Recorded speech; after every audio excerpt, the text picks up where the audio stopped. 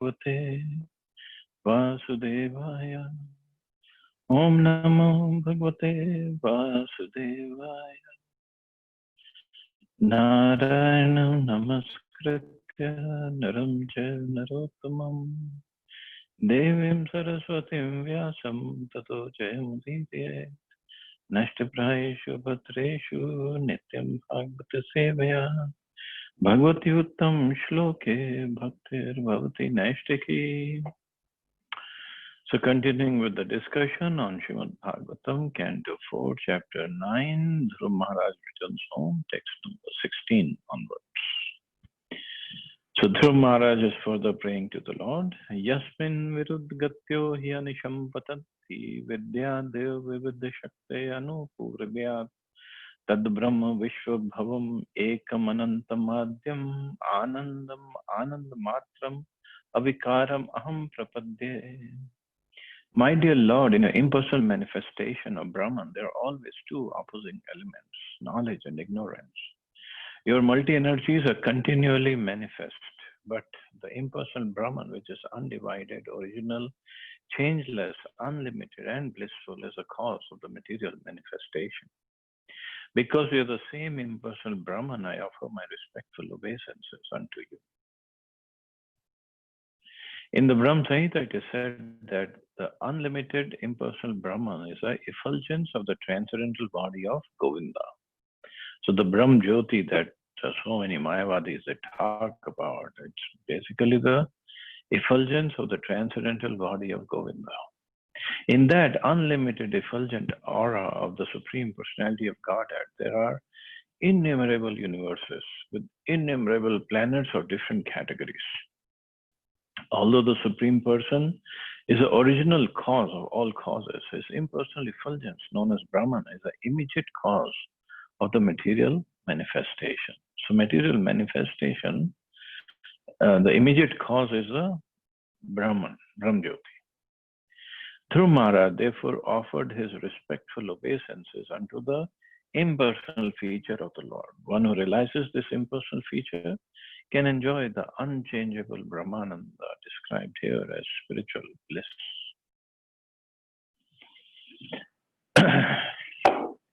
Srila Vishwanath Chakravarti Thakur describes that this impersonal feature of Brahman manifestation of the Supreme Lord is meant for persons who are essentially very advanced, but still not able to understand the personal features of variegatedness of the spiritual world. Such devotees are known as Gyan Mishra Bhakta, so devotees whose devotional service is mixed with empiric knowledge.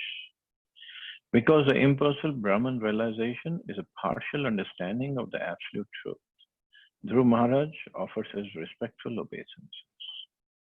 So a Vaishnava or a devotee, for him even impersonal Brahm Jyoti is respectful because it's the effulgence of the body of his dear Lord. Only the people who are Mayavadis who think impersonal effulgence, impersonal Brahm Jyoti is the ultimate, they deride the personal feature of the Lord. But the devotees recognize personal and impersonal features both, and Paramatma feature as well. Of course, for us, the worshipable Lord is the personal feature. But we don't deride anybody or anything, because everything is related to the Lord. It is said that this impersonal Brahman is a distant realization of the absolute truth. Although apparently Brahman seems to be devoid of energy, factually it has different energies working under the headings of knowledge and ignorance. On account of these different energies, there is continually a manifestation of Vidya and Avidya. Vidya and Avidya are very nicely described in Ishopanishad. It is said there that sometimes due to Avidya, a poor fund of knowledge, one accepts the absolute truth as ultimately impersonal. But in fact, the impersonal and personal realizations develop in proportion to the development of devotional service. The more we develop our devotional service, the more closely we approach the absolute truth, which in the beginning, when we realize the absolute truth from a distant place, is manifest as impersonal. So in the beginning, when we are starting our journey, one comes to the impersonal feature first before coming to the personal feature. Maybe many lifetimes takes in the impersonal feature before one can come to the personal feature of the Lord, or realization of the personal feature. It's not easy just to jump to the bhakti yoga without having any background. Even Krishna says in Bhagavad Gita, Bahunam janmana mante jnanvan mam prapadyate. Means after many lifetimes, one who is really in knowledge, he surrenders unto me. So the jnanis basically they go after this impersonal feature. So many lifetimes one spends in the impersonal feature, trying to understand or trying to bang his head with this knowledge, trying the realization, and then one, by the mercy of some devotees, he can come to the level of beginning of devotional service to the personal feature. People in general who are under the influence of avidya, shakti or maya have neither knowledge nor devotion. But when a person who is little advanced and is therefore called a jnani advances even more, he is in the category of a jnana mishra bhakta, or a devotee whose love is mixed with empiric knowledge. When he is still further advanced, he can realize that the absolute truth is a person with multi-energies. An advanced devotee can understand the Lord and his creative energy. As soon as he accepts the creative energy of the absolute truth, the six opulences of the Supreme Personality of Godhead are also understood. Devotees who are still further advanced in full knowledge can understand the transcendental pastimes of the Lord. Only on that platform can one fully enjoy transcendental bliss. See, there could be gradation, there could be like gradual progress towards a personal feature, and even in the personal feature, there's slowly, more gradual progress towards the ultimate bliss, where one can understand, not just understand, realize the transcendental pastimes of the Lord. An example is given in this connection by Vishwanath Chakravarti Thakur of a person proceeding towards a destination. As he approaches, he sees the destination from a distant place, just as we see a city from a distance. At that time, he simply understands that the city is situated at a distance. When, however, he comes still nearer, he sees the domes and the flags and the buildings. But as soon as he enters the city, he sees various paths, gardens, lakes, and marketplaces with shops and persons buying. He sees varieties of cinema houses and he sees dancing and jubilation. When a person actually enters the city and personally sees the activities of the city, he becomes satisfied. So similarly, once one approaches the Supreme Lord, especially his personal feature, and even in the personal feature, the topmost is his pastimes with his devotees, especially his loving pastimes with his conjugal devotees. Until then, one can keep on approaching the different features of the Lord and get some satisfaction. Yes, something is nice. But after impersonal feature, after different rasas, if one approaches the final stage, then that gives the final bliss, the satisfaction. And that's what Dhruv Maharaj is saying, that your multi-energies are continually manifest, but the impersonal feature is a cause of material manifestation. And he is offering respect to the impersonal feature also. So he further says, Satyashisho hi bhagwan stav pad padman ashis tathanu bhajataha purushartha murtehe apyeva marya bhagwan paripati dina vashrev vatsakam anugrih katro vasman. My Lord, O Supreme Lord, you are the supreme personified form of all benediction. Therefore, for one who abides in your devotion service with no other desire, worshipping your lotus feet, is better than becoming king and lording it over a kingdom. That is a benediction of worshipping your lotus feet. To ignorant devotees like me, you're the causelessly merciful maintainer, just like a cow who takes care of the newly born calf by supplying milk and giving it protection from attack. Dhruv Maharaj was cognizant of the defective nature of his own devotional service. Pure devotional service is without material form and is not covered by mental speculation or fruitive activities. So Gyan and Karma they don't cover the real pure devotional service. Pure devotional service is therefore called ahatuki, unmotivated. There's only one motivation in devotional service: to serve the Supreme Lord. Dhruv Maharaj knew that he had to come to worship the Lord in devotional service with the motive to get the kingdom of his father. Such an adulterated devotee can never see the Supreme Personality of Godhead face to face. He therefore felt very grateful for the causeless mercy of the Lord. The Lord is so merciful that not only does he fulfill the desires of a devotee who is driven by ignorance and desires for material benefit, but he also gives such a devotee all protection. And the nice example that Dhruv Maharaj gave, just as a cow gives milk to a newly born calf and protects him also. So a devotee is like a calf. That's why Bhagavan is known as Bhakta Vatsal. Vatsal means it treats him like a calf, just like a cow treats like a calf. I don't know if you ever had experience of a cow giving birth to a calf and how protective she is for that calf afterwards. When it's a little baby, how protective and how careful she is. And that's how Bhagavan is towards his devotees. In the Bhagavad Gita, it is said that the Lord gives intelligence to the constantly engaged devotee so that he may gradually approach the Lord without difficulty.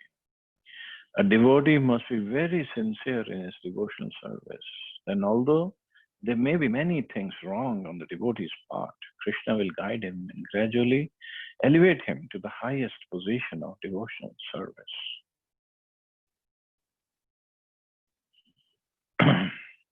So here Prabhupada is saying, a devotee must be very sincere in his devotional service. Then, although there may be many things wrong on the devotee's part, Krishna will guide him and gradually elevate him to the highest position of devotional service. This is the beauty of bhakti actually. Krishna is there to guide and protect. Acharyas are there to guide and protect. Senior Vaishnavas are there to help. Because we have to understand we are not perfect. In fact, we have many, many, many imperfections. Many shortcomings are there. Many faults are there. And we all are struggling on this path. We all are. Some are struggling more, some are struggling less. But nevertheless, we all are struggling. But the beauty is devotional service. Krishna becomes so obliged, so grateful to a devotee who has rendered even little bit service. Only thing is, if he is sincere, Krishna will help him. Krishna is so merciful that he completely ignores the faults of devotees. Just like Dhruv Maharaj. Dhruv Maharaj started off his tapasya with what? With the materially motivated purpose. That he wanted a kingdom better than his Prabhupada, his father, but he actually wanted a kingdom better than even great-grandfather, Lord Brahmaji. So is that a fault? Is that pure devotional service? No. But can Krishna be bound by, oh, this devotee is not doing pure devotion service, I want. Krishna is supremely independent. He can do whatever he wants. Only thing he sees the sincerity of purpose. How sincere we are. How hard we are trying. Just like a loving father, if he sees his son is trying, but he is failing, so father will not consider the failure. He'll see the son trying and he will try to give his help as much as he can.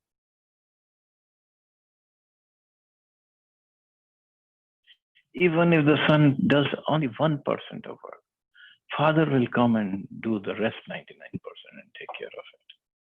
That's a love. And that's how much Krishna loves all of us, not just only human beings, not just the people only from India, or not just the people who are Hindus.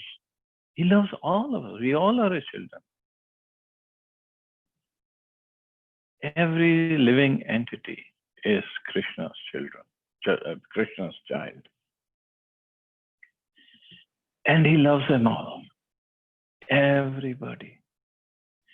Only thing that he wants to see is our sincerity in devotion service. That's all. And he, as he himself says in Bhagavad Gita, I carry what you have and I preserve. I supply what you lack and I preserve what you have. Yoga Kshemam Vahamyam. Even in devotion service, he can do that.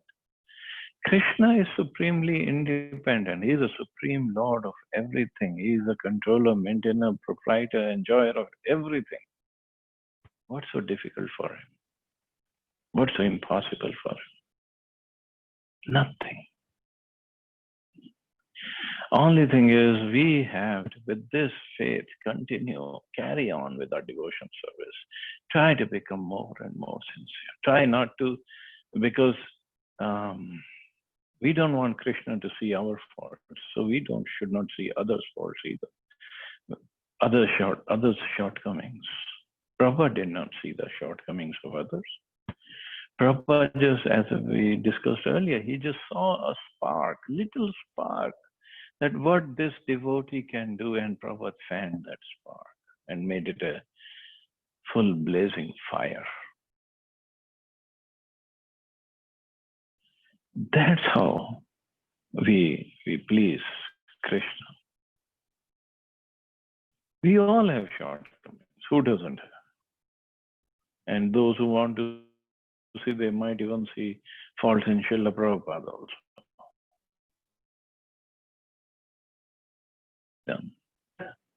We ultimately, what is our purpose, goal of life, is to please Krishna, is to please Srila Prabhupada. So we have to see how sincere, how serious, how determined we can get in our devotional service. That's all. Others, whatever they are doing, if we can help them, fine. Otherwise, we just focus on our goal.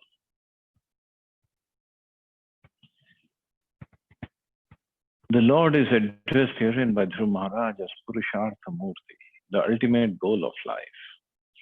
Generally, Purushartha is taken to mean execution of a type of religious principle or worship of God in order to get material benediction. Prayers for material benediction are intended for satisfying the senses. And when one is frustrated and cannot fully satisfy the senses, in spite of all endeavor, he desires liberation or freedom from material existence. These activities are generally called Purushartha, means Dharma, Artha, Kama, and Moksha. But actually, the ultimate goal is to understand the Supreme Personality of Godhead. This is called Pancham Purushartha, the ultimate goal of life. Lord Chaitanya therefore taught us not to ask from the Supreme Personality of Godhead any benediction such as material wealth, popularity, or a good wife.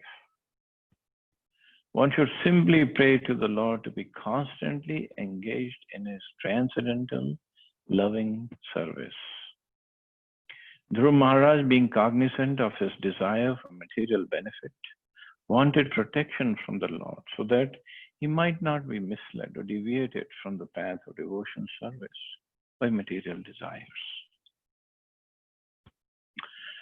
So this is what Prabhupada is saying. We should not ask him. Na dhanam, na janam, na sundarim, kavitam, va jagdish kame. This is what Chaitanya Mahaprabhu also asked in his Shikshashtra. Mam janmani janmanishvare bhaktad bhaktir ahetu kitvai.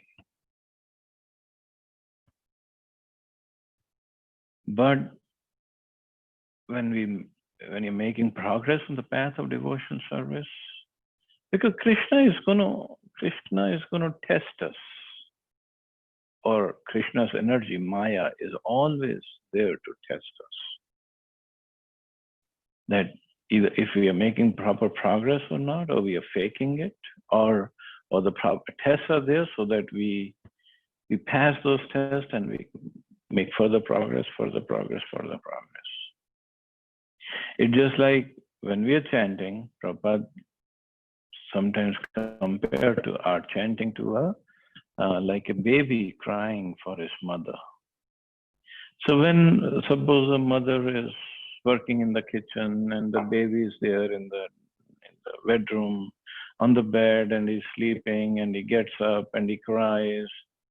But mother in the kitchen, although she has full attention on the baby, she's always thinking of the baby. And the baby cries. Mother is busy working in the kitchen. Mother won't come right away because she has left some toys around the baby to play around with. And the baby sees the toys and gets busy with the toys. And then he stops crying. And then maybe again he cries. Mother might come, give him some more toys. Okay, you just play with those. Let me take care of my business. But if the baby still, he doesn't want the toys, he doesn't play with the toys, he is crying and he is crying helplessly, he is crying like there is no tomorrow. Mother will come running and pick up the baby and try to pacify the baby. So this is what Krishna also does. He sees we are chanting. Chanting is like a baby crying for his mother. So he tries to give, okay, take some material wealth. Don't bother me. And if we get satisfied and we get pacified by the material wealth, then we won't get Krishna.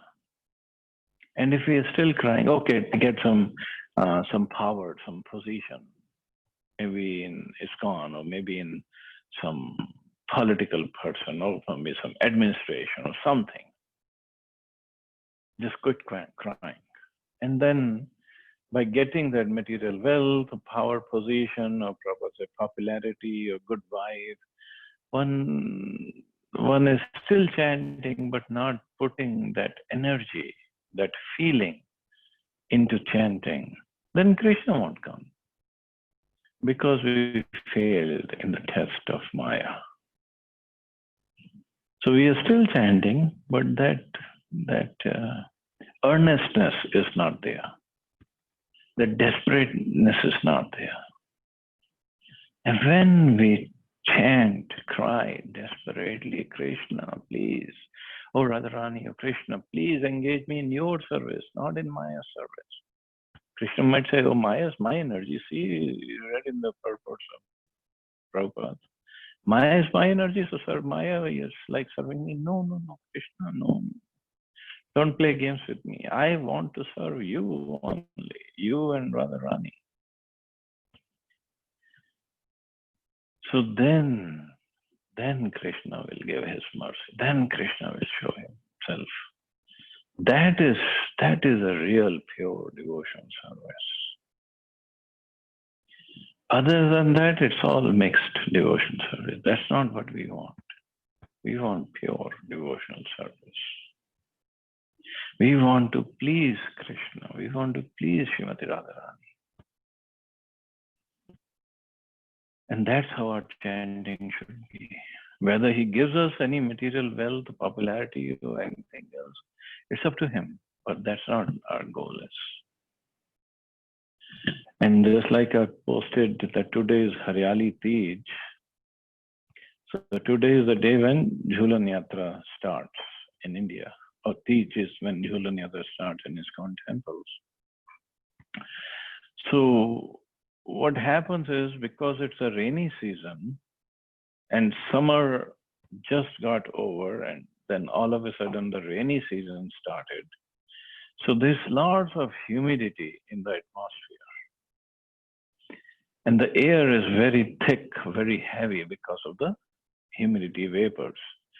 So gopis, they put Radha and Krishna on the swing, and then they move the swing, and there are lots of beautiful pastimes on the swing. Why? Because the air is very thick, and when the swing moves, it feels very nice to Radha and Krishna. And seeing them happy, just seeing them happy, it just pleases the gopis, the manjaris, everybody else, because Radha and Krishna are happy. And this is what gives them the full pleasure in their heart. And then all the gopis are doing some service. Somebody is making some kind of milk, somebody is making tambul, somebody is making garlands and something else, or whatever. Everybody is busy engaged in the service. But this is what Jhulan Yatra is, to please, to give pleasure to Radha and Krishna. This is the goal of life, the ultimate goal of life. And they're really, really pleased by this service, by the swing pastime. And acharyas have given so much of details. I just want to narrate one incident that when 6 Goswamis were there in Vrindavan, so Rupa Goswami, he was very prolific writer of scriptures, of basically his realizations. So he was writing, and he gave the description of the braid, of the choti of Srimati Radharani, and he gave the description. He compared it to a snake. He said her braid is moving around just like a snake moves around. And snake doesn't go in a straight path. They always in a crooked way, they move. So Haribol, please mute yourself. So Sanatan Goswami read this. Sanatan Goswami read this description, and he got upset with Rupa Goswami and chastised him. What did he write? How can you compare Radharani's transcendental braid with some venomous snake, poisonous snake? Why you do that? Rupa Goswami said, oh, okay, yeah, I think I made a mistake. I'll fix it tomorrow. So in the evening, Sanatan Goswami was doing his Madhukari, and then he saw a few girls on the outskirts of the village, and the girls was playing on the swing, and there was one beautiful girl on the swing, and the other girls were making the swing go back and forth. And then Sanatan Goswami looked at that beautiful girl, little girl on the swing, and then he saw, oh, Lali, look at your back. There's a snake on your back. There's a snake on your back. And the girl turned around, and then everybody just disappeared. Sanatan Goswami was thinking, what did I just see? What happened here? And then he realized it was not the snake on the back of that little girl, it was her choti. It was her braid. So Radharani herself came to give darshan to Sanatan Goswami to tell him whatever Rupa Goswami wrote was perfect. This is the mercy of Radharani. So the swing pastime, we can all dream of, think of that pastime, that Radharani is on the swing and everybody is swinging her, and her choti is there and looks like a snake. So beautifully described by Rupa Goswami. Anyway, we'll stop here. See anybody has any questions or comments.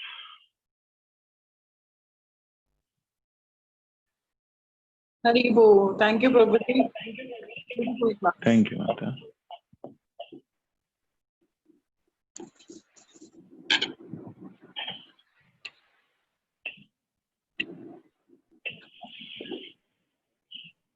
Okay, so we can stop here. You all have a wonderful, safe day. Hare Krishna. Jai Shri Prabhupada. Hare Krishna. Hare